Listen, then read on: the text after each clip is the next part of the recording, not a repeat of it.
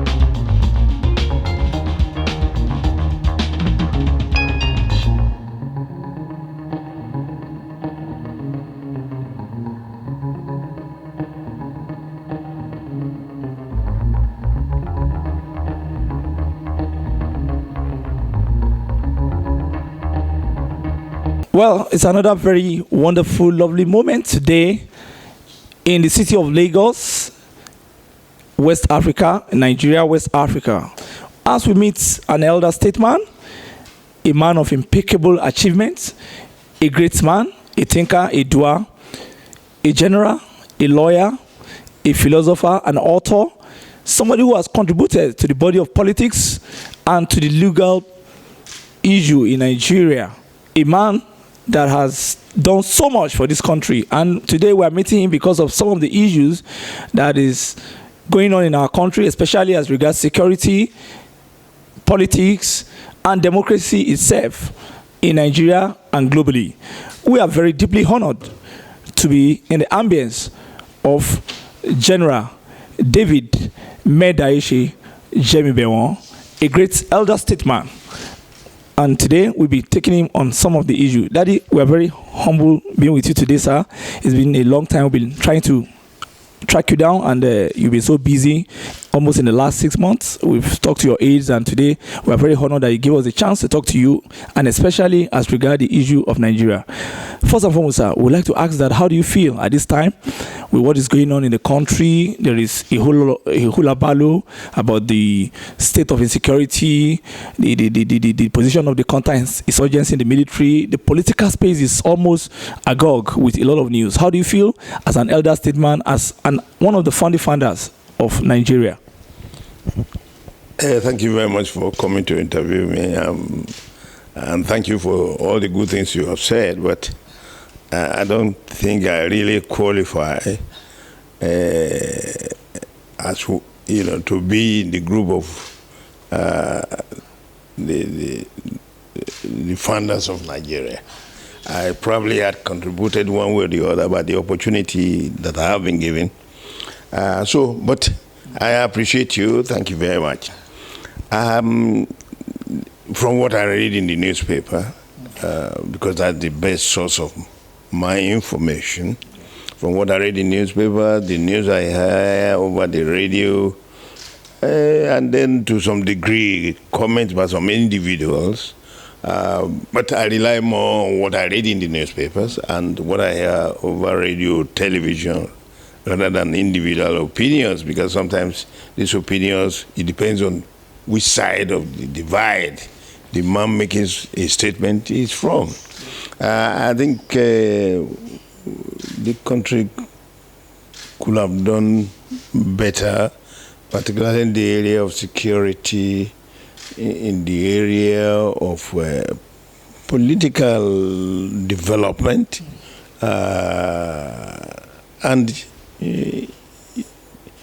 in development generally in the country. See, like road construction,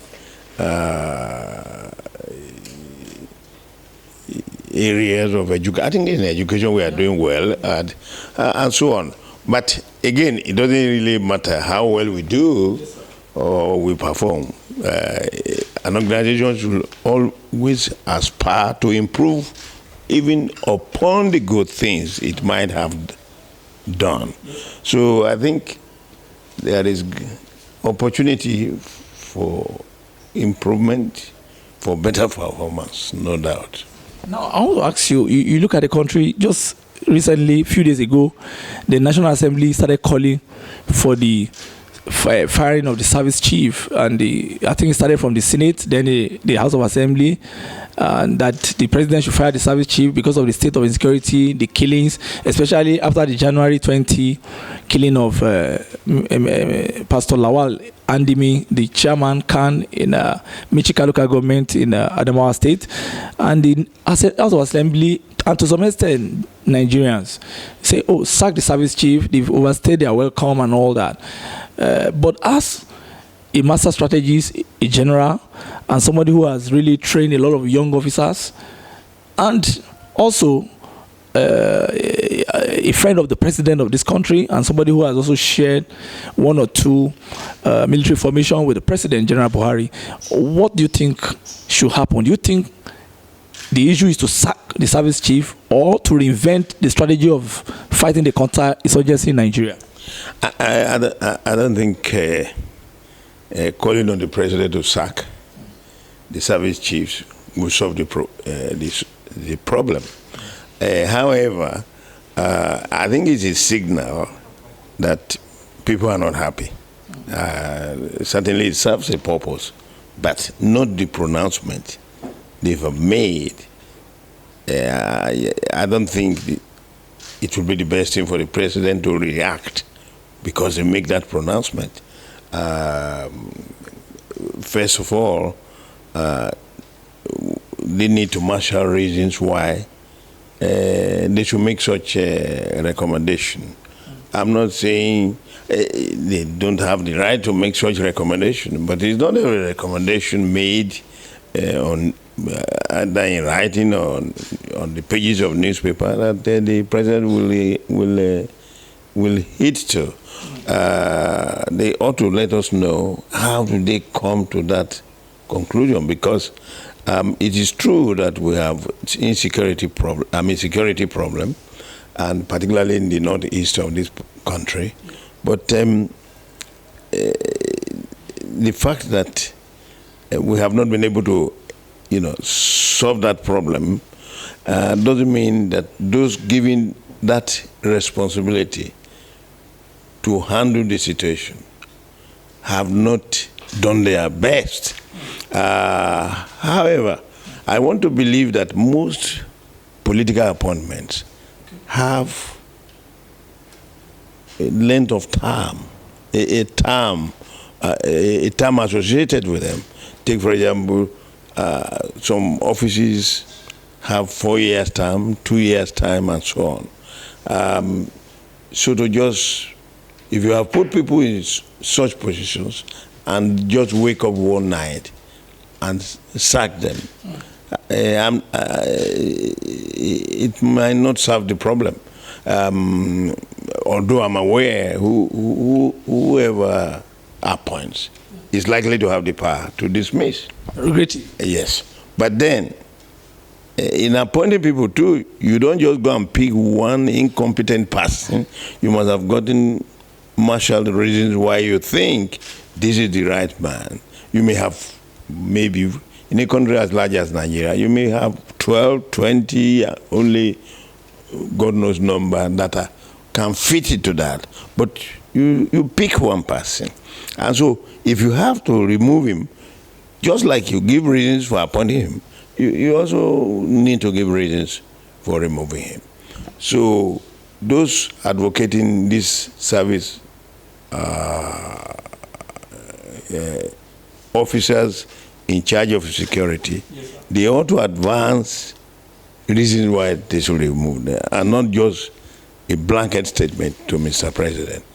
Because, of course, if they are not satisfied, if they are disappointed by the responsibility associated with these offices, if the people holding those positions don't perform in accordance with the responsibility associated with or attached to such offices, then they probably have the right to call them to resign. But it cannot be just one single reason and so on. However, having said all this, my view really is that I too don't feel terribly comfortable that this Northeast could remain what it is as we know it today, because from what I read in the paper, it seems that peace has not returned to the place, and the earlier the better. We fought a civil war. We know how it affected us in terms of development, and then to experience this, it's not something we can feel comfortable with. And so, another point I want to look at that perhaps those who make a call for that, I don't consider them wrong, particularly if they made those calls based on certain criteria. And in any case, they represent the populace, and then these people stood the election to give Nigeria protection so that it can develop. So to that extent, they have the legitimacy, the right to decide, having looked at the criteria they set, to say, oh, these people have performed well or have not performed satisfactorily. I want to ask you, sir, that looking at the strategy of the counter-insurgency, trying to stop it, especially from the angle of the Chief of Army Staff, the Army, the Air Force, the military, you as a former officer of that army, and in your own days, the army was what it is. I mean, you raised the cream of the officers. At the time, you had the doctrinal command too. How did you feel about this strategy? Do you think the approach to the war in the Northeast is a proper approach? Because to some extent, it is believed that it's a guerrilla warfare. So, sir, do you think the plan to bomb from the air by the Air Force and before the ground troop move in, do you think it's a good strategy to fight a guerrilla warfare like Boko Haram and some other jihadist insurgents? I don't think it will be appropriate for me to sit down here outside the theater of war or theater of operation and say the tactics is no good. You know, like I said, any good thing to sustain that good aspect needs constant review. So also if something turns out to be negative and you are expecting positive, then you should know that something is wrong and you should immediately re-examine it. So I wouldn't say tactics probably has changed. Yes, or tactics being adopted is not good enough. I don't know what tactics are. I'm no more a serving officer, so I cannot just sit outside the field of operation and be an armchair critic. So, if you have a chance to direct the troops or to give a kind of, let me just say, a theater direction, maybe you have a chance to instruct them right now. What are you going to say they should do? How do you think that warfare should be countered and eliminated as an officer and as general? You see, we cannot fight wars on pages of newspaper or through radio pronouncement. I can only come to a proper assessment if I have opportunity to be on the field, do some reconnaissance, get information, okay, know the arena where the operation is taking place. Then, of course, the attitude of the people within the place is also very important. These men and women of the security establishment are from all over Nigeria. They've never, majority of them have never been to that part of Nigeria. So they are perhaps going there for the first time. They have no knowledge of the place. Therefore, citizens of that area have great responsibility in giving assistance to the soldiers who are, to the security people who are there. They can only work, these security men, they can only work effectively on information. After information they have gathered, they now base their operational efforts on this information and the equipments they have. And even then, even in these equipments, it will be based on the type of enemy, so to say, or opponents they are going to face. So if they don't get the right information, they cannot be fully prepared. It's like you're coming here. If you didn't get sufficient information, you couldn't have found your way here.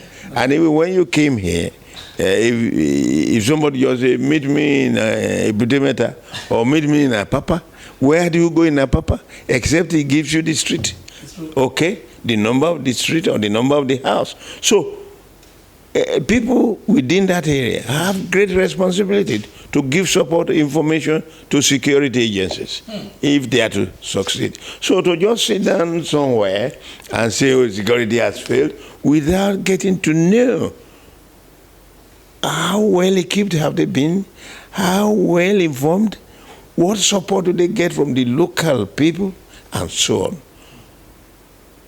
So effective decision can only be based on this information and many more. Let me ask you this question. Last year, I think it was November, the Chief of Army Staff, General Buratai, came out and said the war against Boko Haram needs spiritual, that it's a spiritual warfare, and he did a seminar in Abuja that they need spiritual help to fight that war and to be able to decimate it. And to some of us in the Southwest, we are thinking, okay, is it that we need juju to fight those people? Because when you look at it, that they are killing one shekau 20, 30, 40, 50 times, and it's still coming out. You say you've killed him today, and the next day he does another video to say, oh, I'm here kicking, and I've killed more people. And you say you kill him another time, then you say you have been decimated. Then the Chief of Army Staff now came to say we need spiritual help, and he was doing something like spiritual warfare. So how did you feel as a general? I mean, somebody who has faced a war and they have shot a gun before, do you think we really need spiritual warfare, or is tactics that we need? And do you think the Chief of Army Staff was right to have said we need spiritual warfare to fight Boko Haram? I cannot counter the views of the Chief of Army Staff, because he's the head of the army, and of all the security organizations in Nigeria, the army is at the top. So it will be correct that the overall commander on the field is the Chief of Army Staff. If therefore he comes and makes his statement, it must be based on information available to him, on knowledge he has gained from his front officers. So there's no way I can counter the statement he must have made. Do you think we need spiritual help? For me, we might need it, but I will not go that way. Okay, why didn't you want to go that way? Because it appears that we don't go that way, because if you are using weapon, it's slightly different from mere prayers. And I believe in the Northeast, the operations there require the use of weapon. But a combination of the two may be okay, but not just say spiritual and forget, the weapons you should use to achieve your objective. And so I think a combination of the two. But for soldiers in the front, facing enemy, so to say, because these people are regarded as enemies, I think they really need a weapon, and not mainly spiritual approach. I don't wanting to depend on spiritual approach alone, then it probably wouldn't solve the problem. I don't think so. And if it were to solve the problem, there will have been no need in fact, deploying troops to that particular theater of operation. I want to ask this funny question. As a Jagumulo of Ibadan land, you should be able to have knowledge about African Pantheon and some of these spiritual things. Do you believe in juju? Because when you say you kill a man and the man is resurrecting every time, I'm talking of Boko Haram commanders and all that. Do you believe in juju, that you can be shooting a man and the gun will not enter? If the type of gun on which I trained in the army, there's no way it can be true. But if it is another gun which I'm not used to, of course the man used to it may advance, he may come forward within his personal knowledge, and then if I have opportunity to ask him question, I will ask, is it possible to demonstrate it? Because most of the things we do or we teach, we demonstrate them so that people know that what you are saying is a reality. So, like I said, I think if it is, I can only talk on what I have been trained on. I cannot talk in an area in which I have no knowledge. Sir, let's quickly come to Amotekun. Recently, the Southwest governor decided to form a Southwestern security organization known as Amotekun to guide against the invaders in those bushes, those regions. I mean, in recent time, there have been series of killings. I mean, people that are suspected to be hooligans from Chad, from some other countries. Some of them are even said to be Fulani herdsmen. They just kidnap people. They've kidnapped professors, kidnapped business people, even people from diaspora who came for a journey. And the Southwest government decided to create this security master plan, Amotekun. And the first reaction was from the Minister of Justice, Mr. Malami, who said it was illegal. But after a meeting between the Southwest governor and Vice President Iyah-Gbede, Malami tried to retrace his statement. I know you are an advocate of what they call it, reorganizing the country, restructure, and all that. What do you see about Amotekun? Do you think that's the right way to go, especially for the southwestern Nigeria? As one of the founding fathers of Southwest, because you are the first governor of Oyo State, Milad, and you did a lot of, you developed Ibadan, modern Ibadan. I can call it the godfather of modern Ibadan. So how did you feel about Amotekun? To be honest with you, other than what I read in the newspaper, I don't know much about Amotekun. But I do know that, or one principle I follow is this. Okay, sir. If governments are established anywhere, what is the purpose of government? Because you see, if something has no purpose, why propagate it? So I think government is established for a territory over a group of people to promote the peace and well-being of that group or society, life and property. And that's why I say well-being. Now, if that is so, and we have local government, we have state government, we have federal government, and then if their basic responsibility for coming to being, that is the government, is the welfare of the people, it's good well-being of the people, to secure their lives and property. Now, it will be difficult for me to join those who may come with the idea that by whatever name, whatever you put in place to promote the happiness of your people, as long as it does not contravene the happiness of your neighbor. Okay? Because just as you have the right to protect yourself, so your neighbor too has the right to protect himself. And in some cases, you could in fact work in collaboration, so that at a certain point, you don't just say, oh, my responsibility ends here. His responsibility also starts from here. What of that small gap that exists between you or your authority and his authority? That small gap, who is responsible? That is why there's need for cooperation.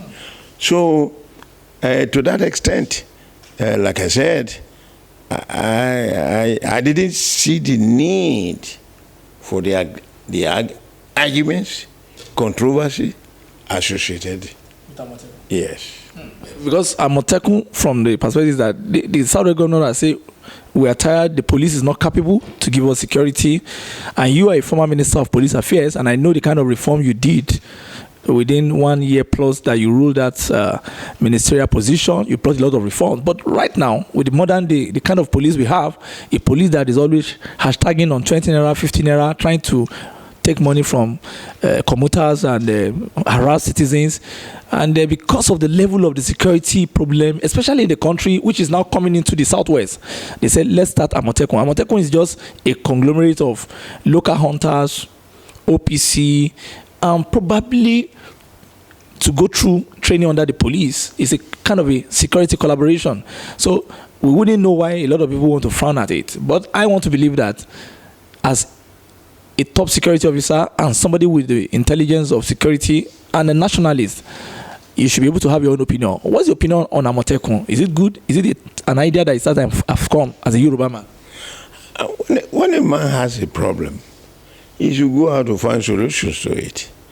And some solutions to an outsider may look unnecessary. But nobody creates a system without a purpose. Until those who came with the idea of Amotekun must have worked on the theory. Now when Amotekun is in place, they will now work this theory against practical application of the theory. So it's too early now to say Amotekun is a success or a failure.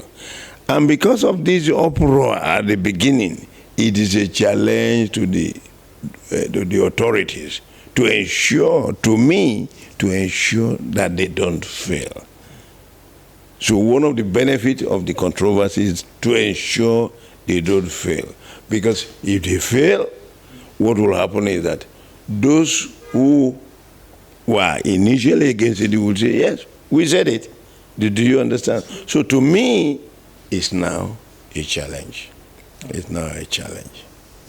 Sir, as one of the founding fathers of modern southwestern Nigeria, Governor, First Milad, Oyo State, former Governor, southwestern states of Nigeria, how did you feel about the state of security, especially political security in the southwestern state today? If you look at Oyo State, maybe Ekiti State, Ondo, Ogun State, Lagos, and probably Oyo State, as an elder statesman, from the feelers that you are getting, how did you feel about that region?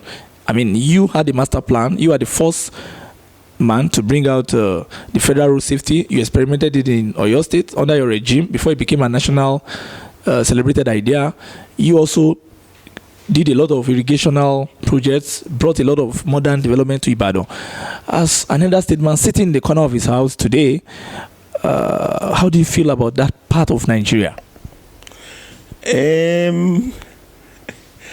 Yes, I think this is a very good question, and it will take a long time if one is to answer or give some answers because there are so many aspects of that question.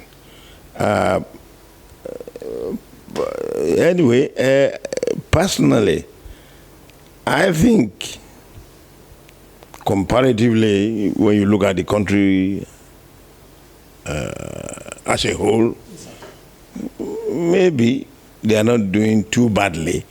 But for me, based on your question, the West had always been looked upon as leader of this country in development.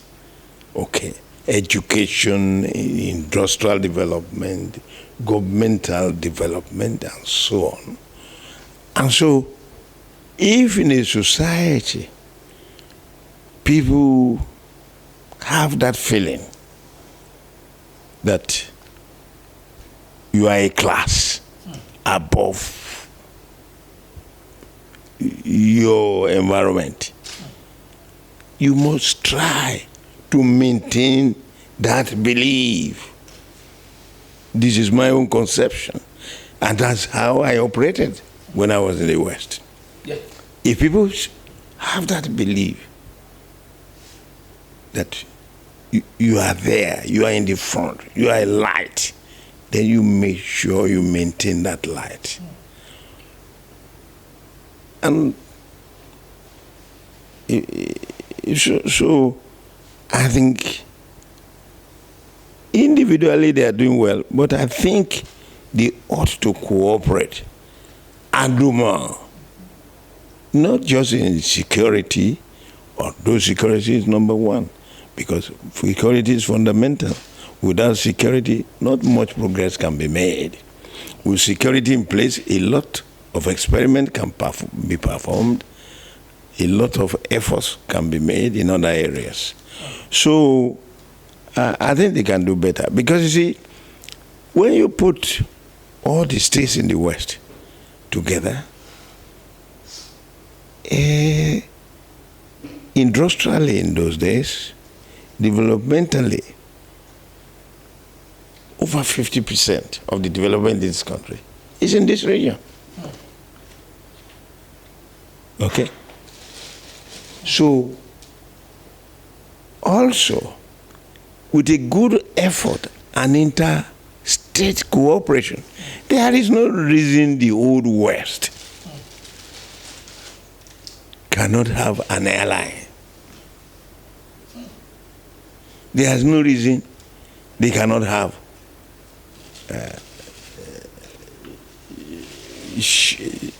whether it is shipping company or shipping line or ocean, there's no reason. There is no reason they cannot have interstate network of roads. If there are some states by their size, geographical size, population, they will be bigger than one or two states in Africa. After all, Gambia is a country. Yep. But when we were in school, I wouldn't know what the population is now. They were not even up to 500,000. Okay? So, with all the states you have just mentioned, yes, sir, when you put them together, there's no reason it shouldn't happen. Okay? And in developing some of these things, I know the argument will come. Those who will be opposed to them will come to say, oh, it's a federal government and so on. Now, if they want to go to an area they are not too sure, there's no reason they cannot approach federal government that, look, we want to go into this. Yep. And among states, it will be cooperation. Okay? Yes, sir. That was what we were looking for when the West was initially broken into 3 states, and we had to share their assets. But we decided that not all assets should be divided. Certain assets that were immovable should be constituted into a company and let the 3 states run it as a company, with the hope that if such company was well run, it will be a source of revenue to these states. And it will also be a kind of opportunity for a joint effort in certain specific areas. Okay. But it will appear it has not worked too well. That was why we established Odua Investment Company. So do you think Odua Investment is a success? Because in recent time you hear that this state is a part of it, then little time you hear this state has pulled out most of the resources. It appears they are not even getting it, and now they are now saying they are doing new down. I have forgotten the down whatever development of Western region, something. It appears a lot of nomenclatures, contradictory nomenclature. Do you think Odua really is a success story? I think I would say it's a success story. But maybe the quantum of success is not satisfactory. But I think it's a success story. Now, because I say I think so, because I will ask you a question. If you say it's not a success story to some extent, then what can you imagine what could have been achieved without it? What could have been achieved without it? So it's just that the success that we could attach to it is not up to the quantum we would have expected for such an establishment that had all the requirement to be a national or international organization. We were thinking that if well operated, it would be next to UAC as it was then. And we believed that with effort, with patriotic efforts from those we put there, if the quality was followed, that it will even surpass UAC in terms of development. I mean, don't forget that Premier Hotel Ibadan is there, Western House is there, Cocoa House is there, and some other factories. Okay? And these establishments have been there before Odua came. And we didn't go to ask these states to contribute money to start the company. So what it only meant was maintenance and innovation to work these establishments effectively, profitably, and come with profit to start new establishments, new factories, in addition to expanding those already in existence. Are you saying that Odua investment suffered good managerial strategy? Even if I don't say so, it has not encouraged those of us who put it together and had a vision for it. I think it's unfortunate, the characteristics in Nigeria, where you see government establishment, you go there, you think this government establishment has been put in place for you to go and take your own share. Because that's what it's meant to. Because you see, some people who go there, they are fighting for allowance and so on. But you know, so this is a tragedy. But I'm sure even the civil servants who are there must have had some difficulties, because you see, you now have state representation, and I wouldn't know what it is now, but the chairman is for a term of 2 years, renewable for another possible 2 years, and it's rotated among the states that owned the company. But today, I mean, initially it was 3 states, yes. Ondo, Oyo, Old Ondo, and Ogun. I think today now Ekiti is there, because Ekiti came from Ondo, and Osun is there. Osun is from Oyo, and then I think Lagos are joined. For me, Lagos joining is a great thing, in the sense that, I mean, Lagos is the premier state in this country, and to have joined means that if well administered, it has future. Otherwise, Lagos will not have joined. Okay. Yeah. So I'm hoping that hopefully, you know, as we move forward, that there will be an improvement. I want to ask Southwest governors in a room like this, and you are sitting with Governor Makinde of Oyo State, Governor Akeredolu of Ondo State, Governor Sanwo-Olu of Lagos State, Governor Dapo Abiodun of Ogun State, and the other governor from Osun State, and Dr. Kayode Fayemi of Ekiti State. What are you going to be telling them as an elder statesman on how to run the Southwest as a godfather and as an inspiration to that place? And just it's what I've just said, that I would have liked that they should unite and establish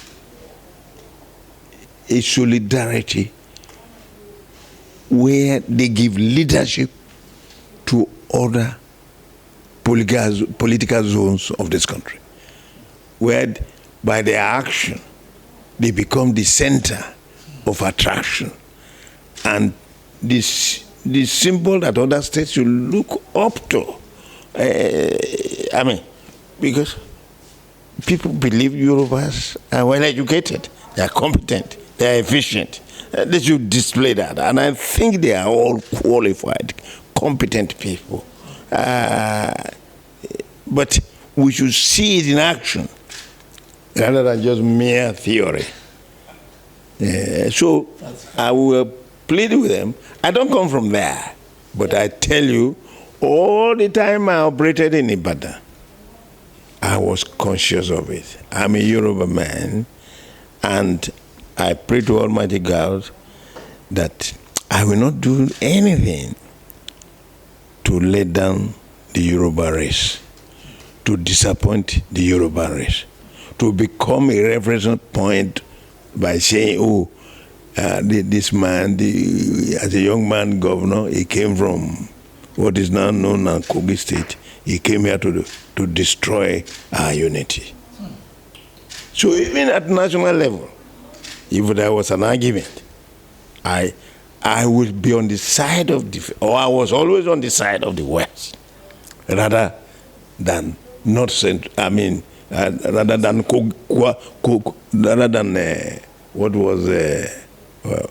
rather than Kwara State. Okay, I had my good friend is late now, General Ini. He was governor in Kwara, and I always told him in Council of State, sometimes he would want me to be on his side if he brought some ideas and it was being discussed in the National Council of State. I would tell him no. My activities, my success can only be measured by my performance in the West or in Ibadan, and not what contribution I make in getting something to be brought to Kwara. Okay, so that is the way I operated throughout my stay. I give you another example. If you go to the Barbage, you will see Odua House. Yes, okay. It was a land allocated to the Old West before I got to Ibadan. And the government had already commissioned an architect to make a design. They made a design, sent it. And by the time the design came to the government, I was already in Ibadan as governor. And then, as time went on, states were created. But this was a single house for West. And by record book, West was no more West. What do I do? Okay, then the amount of the money involved in constructing the building. So I gave it a thought, and I just felt, let me phone my counterpart in Lagos. Okay, who was then a naval officer, I've forgotten now, he's late. So I called him. I tried and found out his name and who was my counterpart. And he's also senior to me in age, but he's a man I respected. So I called him. I said, Ewo, please, with this state creation and so on, do me a favor. Can you give us 2 more land? That's going out of your way. It's part of my responsibility. If you are governor of a state, you are in charge of everything. Their welfare, their good, their progress, and so on. And like I said, they can only judge me by my performance. So he gave you 2 lands? No, he didn't. He said there was no land. So when he said, I think Lawal, or could it be Lawal? Governor Lawal. Adekunle Lawal, something like that. You find out for me. Eh? So what then happened was this. When he said there was no land, I said, okay. So I said they should call the architect, they should pay him, but he should do us a favor. He should break it, he should redesign the place to give us 3 prototype buildings, but with 1 gate. With 1 gate. So I want you to visit, visit the place or visit Victoria Land. So that's what they did. But I used it to support the fact that I didn't want to do anything that will become historical reference that Jemibewon was the one who destroyed the relationship among the states in Yoruba land. And you could see, we thank God that with the state creation in distributing the assets, there was no quarrel in the West. In the old North had quarrel when they were sharing assets. The old East had quarrel when they were sharing assets. When most states were created there, but it's only West that had no problem. Even I know that when Ondo State was carved into, now we could call Old Ondo and Ekiti State, there was little misunderstanding, but no misunderstanding in the West because we took care of this.